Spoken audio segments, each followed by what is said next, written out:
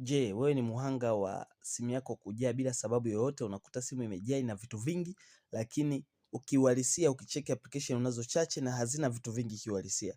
Lakini simu unakuta hata ukiclear ukijaribu kuuninstall baadhi ya application storage haiongezeki, ukifuta picha haiongezeki. Sasa shida ni nini? Karibu tujifunze. Lakini pia kumbuka kusubscribe kwa ajili ya na TikTok mbalimbali kama hizi. Lakini pia tusisahau pia kama una shida mbalimbali kwenye smart TV, simu yako, laptop na vitu vingine kama hivyo, ni cheki. Mwishoni nitaweka namba ya simu, lakini unaponicheki hakikisha umesubscribe na screenshot yako ya kusubscribe unayo.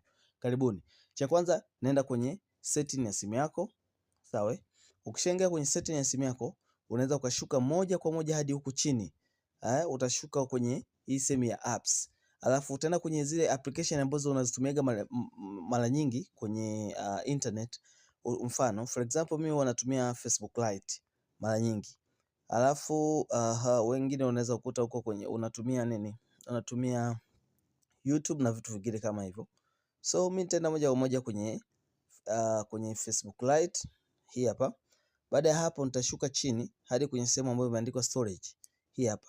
Baada ya hapo nita clear cache. Unaona, nikiclear hapa nitapata baadhi ya MB. Nime clear cache. Unaona zimefutika hapo. Utaenda kwenye application zote mfumo huo, mwisho wa siku utajikuta umeongeza storage kubwa sana. Lakini njia nyingine ambayo ni rahisi zaidi, download application inaitwa Zero Cleaner. Zero Cleaner hii hapa. Hii itakusaidia ku clean automatically. Yaani cha kwanza una analyze, baada ya ku analyze utaenda option ya ku clean automatically. Ita clean kila application automatic na utapata storage kubwa nzuri kabisa.